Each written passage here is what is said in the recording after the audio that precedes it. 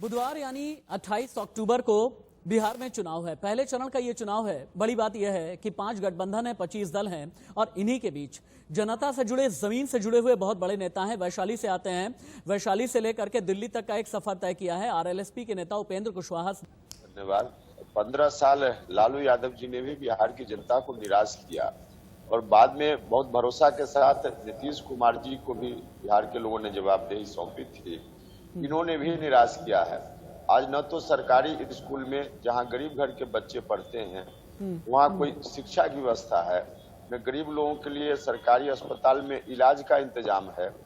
जो बेरोजगार लोग हैं, नौजवान हैं या मजदूर लोग हैं, अपना पेट पालने के लिए दूसरे राज्यों में वहां जाकर अपमानित होते हैं, हर तरह से परेशानी में होते हैं। उसके बावजूद लोग जाते हैं क्योंकि यहाँ बिहार में कुछ भी रोजी रोटी रोजगार का साधन उनके लिए उपलब्ध नहीं कराया, न तो नीतीश जी ने और न जब लालू जी थे तब लालू जी ने। तो दोनों से लोग निराश हो चुके हैं। वैसी परिस्थिति में लोग चाह रहे थे कि कोई तीसरा विकल्प हो। नीतीश कुमार से मुक्ति चाहिए तो फिर पुरानी जो व्यवस्था थी लालू जी की, उसके साथ भी लोग वापस नहीं होना चाहते थे। तो लोगों को लग रहा था कि आखिर करे क्या, एक तरफ कुआं है, दूसरी ओर खाई है, कहाँ जाएं। वैसी परिस्थिति में लोगों की भावना का ध्यान रखते हुए हमने एक अलग से फ्रंट बनाया है और यह फ्रंट बिल्कुल सामाजिक न्याय को ध्यान में रखकर वैसे लोगों का फ्रंट है जो लोग उपेक्षित रहे हैं। शासन में रहने वाले लोगों ने उनका वोट तो समय समय पर हासिल किया, खुद सत्ता में गए, लेकिन सत्ता में जाने के बाद उनकी ओर ध्यान नहीं दिया, न तो सत्ता में हिस्सेदारी दी और न उनके लिए बाकी कुछ शिक्षा, स्वास्थ्य वगैरह का इंतजाम किया, रोजगार का इंतजाम किया। तो इन कारणों से लोग उनसे निराश थे और यही कारण है कि अगर कहीं उम्मीद की किरण लोगों को दिख रही है तो जो हमारा गठबंधन है वही दिख रही है। आप कहते हैं कि उम्मीद की किरण बिहार के लोगों को आपके फ्रंट में, ग्रैंड डेमोक्रेटिक सेक्युलर फ्रंट में नजर आ रही है। आपने एक बयान दिया था, मुझे याद है अभी पिछले दिनों ही, कि 15 साल बड़े भाई को देखा, 15 साल मझोले भाई को देखा। क्या ये माना जाए कि इसके जरिए उपेंद्र कुशवाहा ने यह कह दिया है, क्योंकि आप जमीन से जुड़े हुए नेता हैं, चाहे आपका समता पार्टी का सफर आप कह लें, जेडीयू का सफर कह लें, आरएलएसपी से होते हुए दिल्ली की राजनीति की बात कर लें, या फिर अब एक नए फ्रंट के साथ में बात कर लें। क्या आप ये कहना चाहते हैं कि बड़े भाई मझोले भाई को देख लिया, अब 10 नवंबर को एक अणे मार्ग पर छोटे भाई को भी देख लेना और ग्रैंड डेमोक्रेटिक सेक्युलर फ्रंट की सरकार बनेगी? आप ये कहना चाहते हैं? यही है। 15 साल जब बड़े भाई को लोगों ने देखा ही नहीं, हर तरह से भुगता है लोगों ने, कुछ भी नहीं किया उन्होंने और नुकसान ही हुआ बिहार का।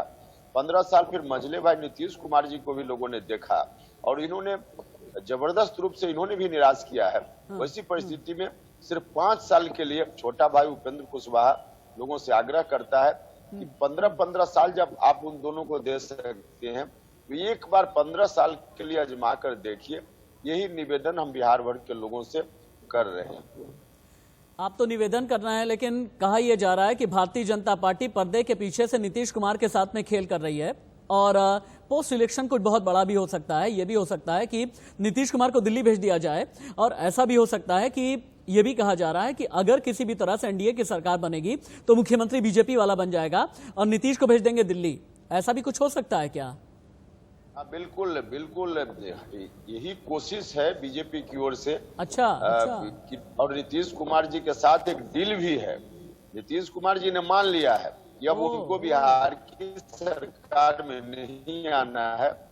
चुनाव है, इसलिए भारतीय जनता पार्टी के लोगों ने उनके नाम को आगे जरूर किया है ताकि बैकवर्ड का वोट, दलित का वोट उनको आगे करके ले ले, क्योंकि भारतीय जनता पार्टी अपना किसी नेता का नाम अगर मानने को कतई तैयार नहीं हो सकती। बाकी पार्टियां अपने मैनिफेस्टो का नाम, आपने हालांकि बहुत बड़ी बात बोली है, आपने ये कहा कि अच्छा कनेक्टिविटी प्रॉब्लम आ गई है। उपेंद्र कुशवाहा जी हाँ आ गए, दोबारा जुड़ गए हैं मेरे साथ में। उपेंद्र कुशवाहा जी, आप ये कह रहे हैं कि नीतीश कुमार ने एक बहुत बड़ी डील कर ली है तो, और डील के पीछे भले ही ये कहते रहे कि हम तो 7 निश्चय की बात करेंगे और नीतीश कुमार भले ही ये कहते रहे कि सरकार एनडीए की बनेगी, मुख्यमंत्री नीतीश कुमार ही बनेंगे, लेकिन एक बात ये समझाइएगा, लोग अपने मैनिफेस्टो का नाम दे रहे हैं चुनावी घोषणा पत्र, लोग नाम दे रहे हैं संकल्प पत्र, लेकिन आपने अपने मैनिफेस्टो का नाम दिया है वचन पत्र। और इस वचन में खास तौर से आपने एक नारा दिया है, अगर चाहिए रोजी रोटी रोजगार, अब की बार शिक्षा वाली सरकार। नीतीश कहते हैं हमने भी तो शिक्षा वाली सरकार दी। नीतीश कहते हैं कि प्राथमिक विद्यालय में 13 बच्चे बच्चियां बाहर रह जाते थे, आज की तारीख में एक भी बच्चे बच्ची बाहर नहीं है। इंजीनियरिंग, पैरामेडिकल जैसे संस्थान, सब डिवीजन में आईटी जैसे संस्थान हमने दिए हैं। कई जगह पर इमारत तैयार है, कई जगह पर और भी तैयार होने वाली है। देखिए, एक तो जो पहले वाला प्रश्न था उसमें थोड़ा और मैं जोड़ दूं। जो डील है इन लोगों के बीच में, पर्दा के पीछे भारतीय जनता पार्टी काम कर रही है और उसमें कहीं ना कहीं आरजेडी के साथ भी इनका डील है। आरजेडी के लोग और भारतीय जनता पार्टी दोनों मिलकर पोस्ट पोल में सरकार बनावे तो इसमें भी कोई आश्चर्य की बात नहीं होगी। दोनों इसमें एक साथ दोनों का डील हो चुका है और यही कारण है कि आप देख रहे हैं लगातार तेजस्वी बोल रहे हैं कि 9 तारीख को लालू जी की जमानत हो जाएगी, 9 तारीख को हम जश्न मनाएंगे। भैया कोर्ट में मामला है, कैसे कोई इतना दावा के साथ कह सकता है कि 9 तारीख को जमानत हो ही जाएगी? इसका मतलब कहीं ना कहीं कुछ बात तो है। तो पर्दा के पीछे बात थी, अब धीरे धीरे पर्दा के आगे सामने बात आ रही है। तो उन लोगों के बीच में, सबके बीच में एक डील हो चुका है। अब जो आपका सवाल है बाद वाला कि नीतीश जी कह रहे हैं कि हमने शिक्षा में बेहतर काम किया है, ठीक है। बच्चे जो बाहर होंगे उनको लाने की व्यवस्था देश भर में हुई है। हम भी मंत्री थे, मिड डे मील वगैरह का ऐसा इंतजाम है जिसके चलते बच्चे आ रहे हैं स्कूल में, कोई भी डाउट नहीं। लेकिन बच्चे आ रहे हैं, पढ़ाई कहाँ हो रही है? सबसे बड़ा सवाल है पढ़ाई का। तो पढ़ाई कहीं नहीं हो रही। बच्चों का एडमिशन जरूर है, खिचड़ी जरूर बांटी जा रही है, चाहे उसकी गुणवत्ता कैसी भी हो, लेकिन पढ़ाई लिखाई नाम की कोई चीज नहीं है। जो भी सरकारी टीचर हैं, टीचर को समय पर वेतन नहीं मिलता है। स्वाभाविक रूप से टीचर अपनी समस्याओं से ग्रसित होते हैं। टीचर को खाना पकाने और खिलाने के काम में लगा दिया गया है। टीचर को बिल्डिंग की ठेकेदारी में लगा दिया गया है। स्कूल में पढ़ाई लिखाई नाम की कोई चीज नहीं। तो पढ़ाई लिखाई जरूरी है, जो नहीं है फिर नीतीश जी ने किया क्या शिक्षा के मामले में? अभी जवाब देते हुए ये तो शिक्षा की बात है, लेकिन शुरुआत में आप जिस डील की बात कर रहे थे, आपने ये कहा कि भारतीय जनता पार्टी और आरजेडी के बीच भी पर्दे के पीछे कोई डील हो गई है। और यही एक वजह है कि तेजस्वी यादव ये कहते हुए नजर आ रहे हैं कि देखिएगा 9 नवंबर को लालू प्रसाद यादव आ जाएंगे जेल से बाहर। लेकिन मेरा एक सवाल है, भारतीय जनता पार्टी की मुखालफत करते हुए आरजेडी ने अपनी फाउंडेशन स्टोन यानी अपनी स्थापना की थी पार्टी की। आपसे यह समझना बेहद जरूरी है क्योंकि आप पॉलिटिकल साइंस के टीचर भी रहे हैं और कहते हैं कि राजनीति विज्ञान का जो टीचर होता है ना, उससे ज्यादा विवेक, उससे ज्यादा समझदार, जमीन को समझने वाला और कोई नहीं होता। और आपने तो दशकों तक लोगों के बीच, जनता के बीच जाकर के राजनीति की है। क्या अपनी राजनीति को स्टेक पर रख देंगे? अगर ऐसा हुआ कि भारतीय जनता पार्टी के साथ में आरजेडी जाती है तो लालू प्रसाद यादव की पूरी विरासत और तेजस्वी तेज प्रताप की पूरी सियासत ये तो शून्य हो जाएगी। फिर वो लोग जो एमवाई समीकरण की बात करते थे, वो लोग जो ये कहते थे कि भाई अडवाणी जी की रथ यात्रा हमने रुका दी और देखें मुस्लिम जाकर के देखें, वो सारी सियासत तो शून्य हो जाएगी। फिर आप बिल्कुल ठीक बोल रहे हैं, लेकिन उनके सामने सियासत विरासत बचाने से ज्यादा चिंता का विषय है कि लालू जी जेल से बाहर कैसे आवे। और लालू जी ही नहीं, उनके परिवार के सभी लोग किसी न किसी मुकदमा में फंसे हुए हैं और उन मुकदमों से बाहर कैसे आवे, सबसे बड़ा सवाल यह है। और अभी उनकी पूरी राजनीति इन्हीं बातों को ध्यान में रखकर हो रही है कि कैसे खुद को बचाओ, मुकदमा से बाहर करो। इसलिए सारी राजनीति में जो भी ताकत उनके पास है उसका इस्तेमाल इसीलिए करेंगे। आप एक उदाहरण मैं और देता हूँ। अभी पिछले साल भर के पहले आप देखिएगा तो कभी ईडी की छापामारी, कभी यह संपत्ति अटैच करो, दिल्ली वाली संपत्ति, कभी वह संपत्ति अटैच करो। और रोज कोर्ट में हाजिरी लगाने के लिए तेजस्वी कभी दिल्ली, कभी यहाँ, कभी वहां परेशान रहते थे। लेकिन साल भर से कहीं कुछ है क्या? न कोई ईडी की छापामारी है, न कोई संपत्ति की जब्ती है, न केस में कोई तारीख है। और सीधे गरज कर यह कहना हर मंच से कि लालू जी का बेल हो जाएगा, एक तरह से यह तो कोर्ट का भी अब मानना है। और रविशंकर प्रसाद जी भारत सरकार में मिनिस्टर है, लॉ मिनिस्टर हैं, घूम रहे हैं बिहार भर में, उनको भी इस बात का जवाब देना चाहिए कि कोई व्यक्ति कैसे कह सकता है कि जमानत हो ही जाएगी। कह रहा है और बाकी बीजेपी के लोग भी चुप हैं, लॉ मिनिस्टर चुप हैं। इसका मतलब जो हम कह रहे हैं कि डील है, यह बात सच प्रमाणित हो रही है। आपसे मेरी पिछले 10 मिनट से बात हो रही है। आपने तेजस्वी का भी नाम ले लिया, नीतीश कुमार का भी नाम ले लिया, केंद्र सरकार का भी नाम ले लिया, एनडीए की भी बात कर ली, लेकिन अभी तक आपकी जबान पर चिराग पासवान का नाम नहीं आया। वो चिराग पासवान जिनके बारे में भारतीय जनता पार्टी के नेता सुशील मोदी जैसे लोग आज की तारीख में कहने लगे हैं और प्रकाश जावड़ेकर जैसे कि वो वोट कटवा हैं, लेकिन वही चिराग पासवान ये कहते हैं कि सीना खोल करके मैं दिखा दूंगा, सीना चीर करके मैं दिखा दूंगा, मैं तो प्रधानमंत्री नरेंद्र मोदी का हनुमान हूं। चिराग पासवान, राजनीति कैसे देखते हैं आप, और 10 नवंबर के बाद चिराग पासवान का क्या होगा? देखिए, चिराग पासवान जी गलतफहमी के शिकार है। रामविलास पासवान जी की विरासत को आगे बढ़ाने की जवाबदेही उनके ऊपर है, लेकिन वो बार बार कह रहे हैं कि कलेजा चीर कर हम दिखा रहे हैं, ये हमारे दिल में बसते हैं प्रधानमंत्री जी मोदी जी। उनको मालूम होना चाहिए चिराग पासवान जी कि जैसे लोग हैं बीजेपी के लोग, जिस मानसिकता के हैं, वहां चिराग पासवान कलेजा चीर कर भी दिखा दे तो भी लोग उनके ऊपर भरोसा नहीं करें, क्योंकि वहां अपनी पात्रता सिद्ध कर ही नहीं सकते। वहां तो वैसे लोगों की पूछ है जो बड़े लोग हैं, वहां दलितों की पूछ कहाँ है, वहां पिछड़ों की पूछ कहाँ है, और उससे भी इसको भी अगर छोड़ दीजिए तो भारतीय जनता पार्टी के लोग जिस मानसिकता के हैं, वहां जो गरीब ब्राह्मण परिवार का भी कोई व्यक्ति है तो उनके साथ बराबरी में नहीं बैठ सकता है। तो इस मानसिकता के लोग जहां हैं, वहां चिराग पासवान जी रामविलास पासवान जी की विरासत को संभालने की बात करेंगे और वहां कहेंगे कि हम कलेजा चीर कर दिखाते हैं, कुछ भी कर ले उनके भरोसा कोई नहीं ले सकते हैं चिराग पासवान जी। और जहां तक सवाल है आगे 10 नवंबर के बाद परिणाम आवेगा, उसके बाद की बात तो बाद में। चूंकि दलितों और पिछड़ों की आपने बात की है, एक सवाल उठता है, अभी तक दलित और पिछड़ों का झंडा बुलंद करने वाले नेता अलग अलग तरीके से अलग अलग गठबंधनों में रहे हैं। आज की तारीख में ये कहा जाता है कि जो पासवान वोट है, जो दुशाद वोट है, ये है रामविलास पासवान के सुपुत्र चिराग पासवान के साथ में, और जो महादलित हैं, अति पिछड़े हैं, वो कुछ हम के साथ में है, यानी जीतन राम मांझी के साथ में है। लेकिन क्या ये माना जाए कि दलित राजनीति के एक नए युग का उदय उपेंद्र कुशवाहा जी के जरिए हो रहा है, जिन्होंने अपने फ्रंट में मायावती को साथ में लिया है और कहते हैं कि कोयरी कुर्मी कुशवाहा वोट खुद ही उपेंद्र कुशवाहा जी के साथ में है। क्या यह माना जाए कि दलित और पिछड़ी राजनीति के एक नए युग का सूत्रपात आप करने जा रहे हैं? तरह से मांझी जी या चिराग पासवान जी जहां हैं और जिस रूप में इनके साथ व्यवहार हो रहा है, चिराग पासवान जी लगातार बोल रहे हैं, लेकिन बीजेपी के लोग लगातार ठुकरा रहे हैं। और नीतीश कुमार जी ने तो इनको एनडीए से बाहर करने के लिए सब कुछ किया। वैसी परिस्थिति में अब अगर चिराग पासवान जी वक्त रहते नहीं संभलेंगे तो पासवान वोटर भी इस रवैया के कारण उनके साथ शायद भविष्य में न रह जाए, इसकी पूरी आशंका है मुझको।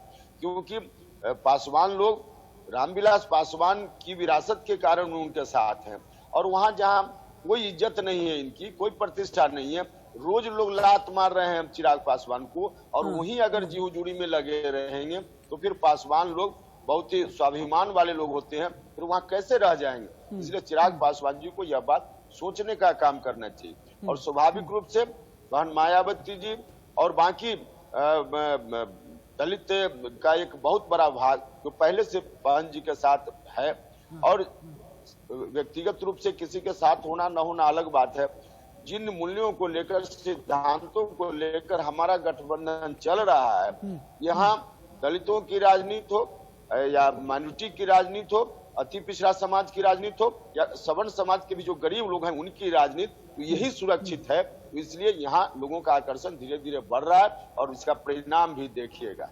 गठबंधन तो कई हैं, एनडीए भी है, महागठबंधन भी है, आपका ग्रैंड डेमोक्रेटिक सेक्युलर फ्रंट भी है, और इसके अलावा पप्पू यादव का भी गठबंधन है, असदुद्दीन ओवैसी भी हैं।